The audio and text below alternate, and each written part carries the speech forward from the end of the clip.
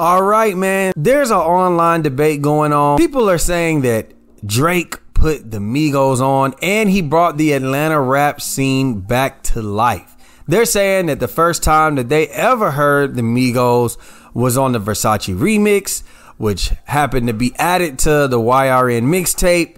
And they even posted a video of Coach K explaining how the collab happened. Walking in, when you seen us and we crossed paths, Drake come over straight up. He said, "Coach," he said, "This your group?" I was like, "Yeah." He said, "Man, I've been listening to their mixtape every day. It just came out Tuesday. This is Saturday." But he quoted lyrics from one of the songs. So he wasn't lying. He wasn't lying. He said some shit. I was like, "Oh shit," you know what I'm saying? And then like a few days later, because we exchanged numbers and shit, a few days later, he texted and was like, "Send me one of them records. I want to get on it." And we sent him 2 songs. And probably a few days later, he sent the verse back from Versace. That's crazy. That's crazy. And it was so dope. He's, big ups to Drake. Drake is Drake that's family, our partner. man. You know what I'm saying? Drake told us straight up. He had just launched OVO, his radio show. He was like, "Let me put it out." You know what I'm saying? Because at the time it was a big platform. He said, "Let me put it out on my platform," and we said, "Go ahead." And he put it out. And I think people are misinterpreting that into him saying that that is the sole reason why the Migos were put on. Now, a lot of people are disagreeing. I think if you were in Atlanta around that time, you would disagree. Or if you just was hearing the music around that time, shout out to my boy Kodak, Atlanta Hood Historian. Y'all make sure y'all go follow him on all socials. He's on Twitter as Kodak6000. He's on YouTube, Atlanta Hood Historian. Just check him out. Now, he said, first of all, Pee Wee Longway put the Migos on, so you can dead that lie right now. Second, Drake being a fan as usual and seeing the buzz Versace had on the city already was the reason he jumped on the song. Let's be serious, he needed Atlanta's energy, and this was an easy way to get it. Now, if you just go down Kodak's thread, there's a long debate going on right now, and I've seen this debate happening for the last couple of weeks. But as a fellow Gwinnett County, Northside, Berkmar High School alum who watched these boys, who went to school with these boys and watched how it happened, I can tell you how things broke down, and is Drake responsible for their career? Let's talk about it. What's happening, YouTube? It's your boy Just LaFlair. It's him. What up, YouTube? It's the Top G. And if you're not subscribed to the LaFlair Lounge, then you better tap in now. Hey, yo, what the fuck? What's happening, YouTube? Hey, listen, man.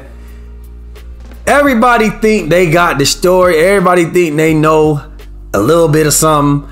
And I'm not going to say I know everything, but I do know this situation right here. Now, the Migos, right? Excuse me. I watched the Migos when we used to go to the house parties. I used to see them over there. You know, we grew up in the same neighborhoods, the same areas. We went to school together. I watched these boys grow up, right? Now, you know, what I will say is people are saying that Drake put them on. I think it's all about perspective. Let me give you the rundown. So the Migos started off passing out CDs. We used to be at the park. I used to see them at the park. You know what I'm saying? They just, you know, playing the music. They really didn't have nothing really going on, to a point where they started getting a little recognition locally, like around the town, around Lawrenceville, around Gwinnett County. People started believing in them. Now, when they dropped No Label, that's when they officially started buzzing, right? They had a mixtape before that, and I think locally, maybe around our area, like the neighborhood, we like, okay, we can see the talent, we can see the potential. But when they dropped the No Label mixtape, it had Bando on it, and it had other stuff on there that Half a Bag. Oh, that was one of my favorite tracks on there. That's when the city started taking notice to the Migos. They started doing shows around the city, maybe around, I don't know if they was really going out of the state like that, but they were catching the local buzz. When that Bando dropped, then it started officially hitting the radio, and we all knew when they started taking over Mansion E Line, that was the hottest club in the city at the time. That's when the Migos got official. When they started fucking with Ray G and he was playing and spinning their music in Mansion E Line, the Migos, good scam money going on. You know what I'm saying? I remember one of the last times I feel like they were in Mansion Line, like before they popped. I went with one of my homegirls and you know, we went as a group, had a section. It was her birthday. They actually put our section next to theirs, right? Now we all knew each other. We all went to high school together, so it was like, what up? Well, we kind of like was partying with each other. But I seen it happen. I seen them put on bando, the crowd going crazy. They got money. They got the money on out. You feel me? And that's when we knew that the Migos was taking off, to be honest, because it was on a Friday, and I remember that next Thursday they went to Tacos and Tequila. That was another big event that was in Atlanta, and they took off from there. You seen people playing bando in their cars. They was pressing up CDs after the club, putting it on people's cars, handing them out to people. We know back in the day, when you leave the club, a nigga put some CDs and some flyers on your car. You take them shits, you throw them out, you use them as a Frisbee, right? You see the CDs all over the parking lot. Well, that wasn't the case for the Migos. The Migos were actually getting burned as people were leaving the parking lot. That's when I knew, damn, people feeling them. They had like one of the greatest weeks ever. I just remember hearing bando all over the radio. Then I also remember that Tacos and Tequila happened, and that's when it really got official. That's when they was really taking off. That's when they got a call from Gucci Mane. Gucci Mane, we all know Gucci Mane. I know everybody like to clown Gucci now about the way that he stamped artists and he worked with artists and things of that nature. But at that time, Gucci already had Thug. Gucci already had Pee Wee Longway. Gucci already was sharing Scooter with Future, right? So he was official. He was buzzing. He had all the producers, 808, Mafia, Southside, Metro Boomin, Zaytoven. Everybody wanted to work with Gucci. He was stamping producers, videographers, rappers. Gucci was the OG big homie at the time, and he fucked with the Migos. All you gotta do is go look. You know what I mean? Like everybody was stamping, everybody was fucking with Gucci. That's when the Migos became official. That's when the Migos, who I would say put the Migos on. This is before P. This is before QCP and Coach K, right? Now that might be the reason in that video Coach K isn't speaking on that particular story. Now I see my boy Kodak said Pee Wee put him on. I don't know if Pee Wee told Gucci. I can't tell you all that. All I know is Gucci took wind of the Migos and he put the Migos on. He stamped them. They were official. So then Gucci went to prison and he basically gave a release for everybody. Now that's when they started fucking with P, and they were bringing the label off the ground. Now we have to ask ourselves, if Drake met the Migos at Birthday Bash, which is the city's hottest radio concert event, right? If Drake met them at Birthday Bash, what does that tell you? Everybody in the city knew that the Migos were already on their way. They were already doing shows out of town. They were already creating buzz. We already seen the trajectory that they were going in. Now, what I will say is Drake, when he jumped on Versace, because Versace was the latest song that was buzzing, they dropped the YRN mixtape, like he said, on Tuesday, and Birthday Bash was on a Saturday, right? It's always on Saturday. So Drake heard the mixtape. Drake fucked with them.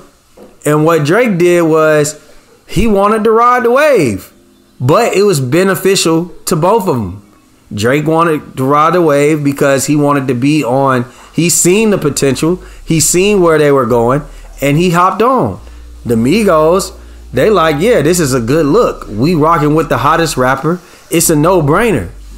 But what I will say is, I wouldn't say that Drake put the Migos on. I would say, though, that he did accelerate their career. He did accelerate their career. Maybe he put them on to a bigger audience. But what I'm saying is, and I think what a lot of people would tell you is, the Migos were already going that way. They were going to be there regardless. You know what I'm saying? A lot of people, they got Drake hits at the time, and then they faded away after that. They didn't fade away because they were already a talented group. They were already going to be the Migos, and that's just what that is. So for the people who are saying that Drake put them on when he did Versace, I would challenge you to just go do your research. Maybe you just aren't tapped in and you don't really know the story behind that. But that's the honest to God truth. And that's just a part of hip hop, man. That's just how it works. You know, it's no disrespect to Drake. Drake has done a lot of amazing things for a lot of people. So I don't want to take that away from them, but we not going to act like Gucci Mane didn't have nothing to do with their career. They started collabing with, you know, running around the lobby and all these people, Rich the Kid was fucking with them. It was a lot of stuff going on at that time. The Migos was already doing what they do. Like, we don't even have to really discuss this anymore. And as far as that gentleman saying, hey, man, that Drake brought the Atlanta rap scene back to life, it never went nowhere. It never went nowhere. So that's just completely false. It's a lie. It's cap. He's just saying shit now. And that's why the Drake part of his statement is getting undervalued as well, because you can't say something like that and then put that behind that whole Drake thing. So let's be honest. A lot of people don't like this. A lot of people not going to want to hear this. But Atlanta has had the longest run in hip hop. I'm not saying that they started hip hop. We know what New York did. We know that New York probably up until probably like the late 80s, they ran shit. And then you had the West Coast, you had the NWA and all of them come. Probably from like 89 to like 96, they kind of really ran rap. Then it was kind of New York took it back. Probably up until 50 Cent kind of died out around, I say 03, 04. And then I feel like ever since then, Atlanta has been running rap. We ain't gonna say that we're number one every single year, but Atlanta consistently has been the most consistent over the last 20 years in hip hop. We just got to be honest with that. At that time that he's talking about, 2013, 2014, you already had Gucci was popping. That's before he went to prison. You had T.I. sprinkling hits still in and out. Jeezy still sprinkling hits in and out. Rich Homie Quan, Young Thug. The Migos, like I said, the Migos was buzzing. Pee Wee Longway. And we already had the Hood Rich Pablo Wands. We had all these people, Rich the Kid, that was coming out. It was a lot of underground artists, a lot of street artists. But Atlanta was already who it was. 21 Savage was on the way. So, yeah, I just had to correct that. That was definitely incorrect. You know, and even before that, we still had the Rich Kids. We had Young LA, Waka Flocka. We still had people from the years before that, couple years before that, going into this. We were still who we were. So yeah, that's just incorrect, my dude. Bad take. So y'all let me know what y'all think down below. If you from Atlanta and let's say you was of college age, you were in your mid to lower 20s around that time. If you know, you know. If you don't, you don't. So y'all let me know what y'all think, man. Like, share, subscribe, comment, hit that notification bell. And we out, baby. Boom.